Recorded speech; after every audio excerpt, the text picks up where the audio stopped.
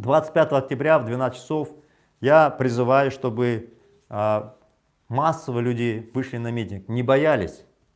А иначе никаких перемен не будет. Мне вот говорят, что вот у вас ячейки есть. У нас ячеек там меньше 500 сейчас, да? А должно быть 4000. 20 тысяч активистов. Из них 5000 в Алматы, 5000 в Астане. И по 1000 в регионах. Это те люди, которые будут организовывать других, тысяч других, которые придут на митинг, которые будут знать, что делать, куда идти, как менять власть. Понимаете? Вот почему нужны ячейки, организованность, с которой мы работаем. А меня спрашивают, а ваши ячейки придут? Нет, они не придут. Их всего там 500 ячеек, это где-то 2000 человек. Они, да, будут, конечно, я иронизирую.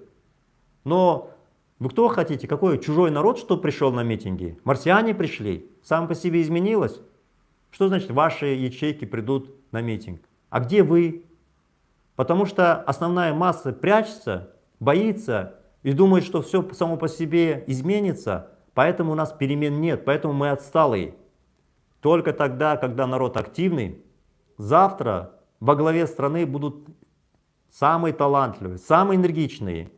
Тогда не будет коррупции, потому что вы будете делегировать тех людей, которые самые достойные.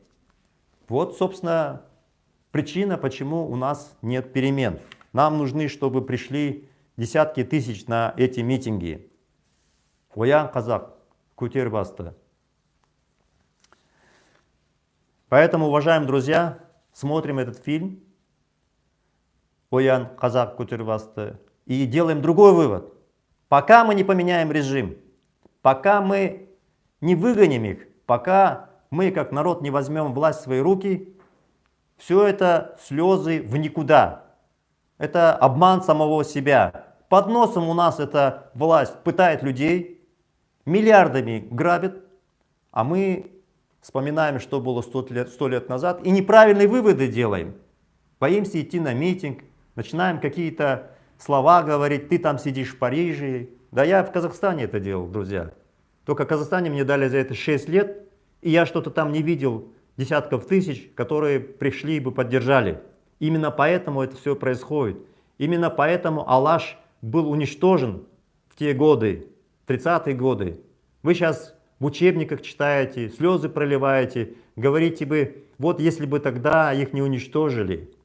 Так народ не поддерживал, поэтому их уничтожили. ДВК мы организовали в 2001 году, в ноябре. Тоже слышу, вот если бы их тогда народ поддержал. Поддержите сейчас сами себя. Сейчас, ладно, это история. Поддержите себя сейчас. Выходите на митинг 25 октября в 12 часов дня по всему Казахстану. И тогда будут перемены. Алга Казахстан.